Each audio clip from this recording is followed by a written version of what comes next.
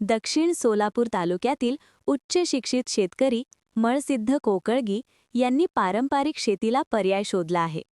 फुले मधुरा या हुरड्यासाठी प्रसिद्ध असलेल्या ज्वारीच्या वाणाची लागवड करून उल्लेखनीय यश मिळवले आहे.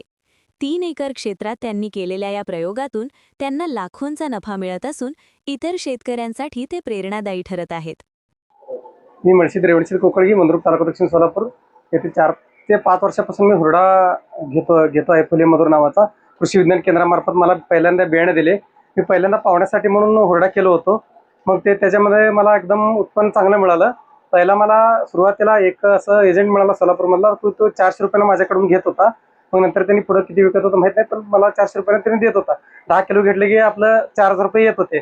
असं मग सकाळी संध्याकाळी दुपारी ऑर्डर द्यायचा, ऑर्डर दिलं की मी नेऊन पोच करायचो. मग तसंच ते सवय लागत गेली आणि आता मी डायरेक्ट ग्राहकापर्यंत शेतकरी ग्राहकापर्यंत हुरडा विकतो. आता सध्या माझं 6 एकरमध्ये हुरडा आहे.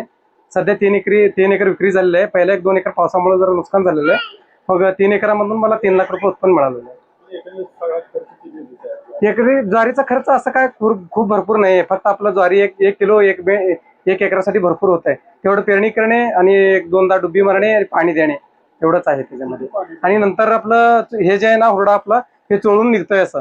म्हणजे आपण जर कच्चं जसं कणसे चोळलो तर त्याचे दाणे पडतात.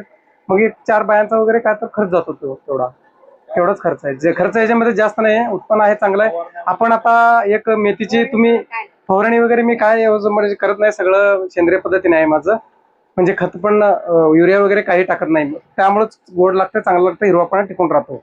आणि हुरडा पण माझा जास्तीत जास्त काही ग्राहक सांगतात की 7 दिवसापर्यंत तुमचा हुरडा चांगला टिकलेला आहे आणि चांगला राहिलेला आहे असं सांगितलेलं आहे. शिक्षण माझं MA झालेलं आहे आणि मी माझं 15 एकर शेती आहे स्वतःची. मग शेती करत हे पण करतो.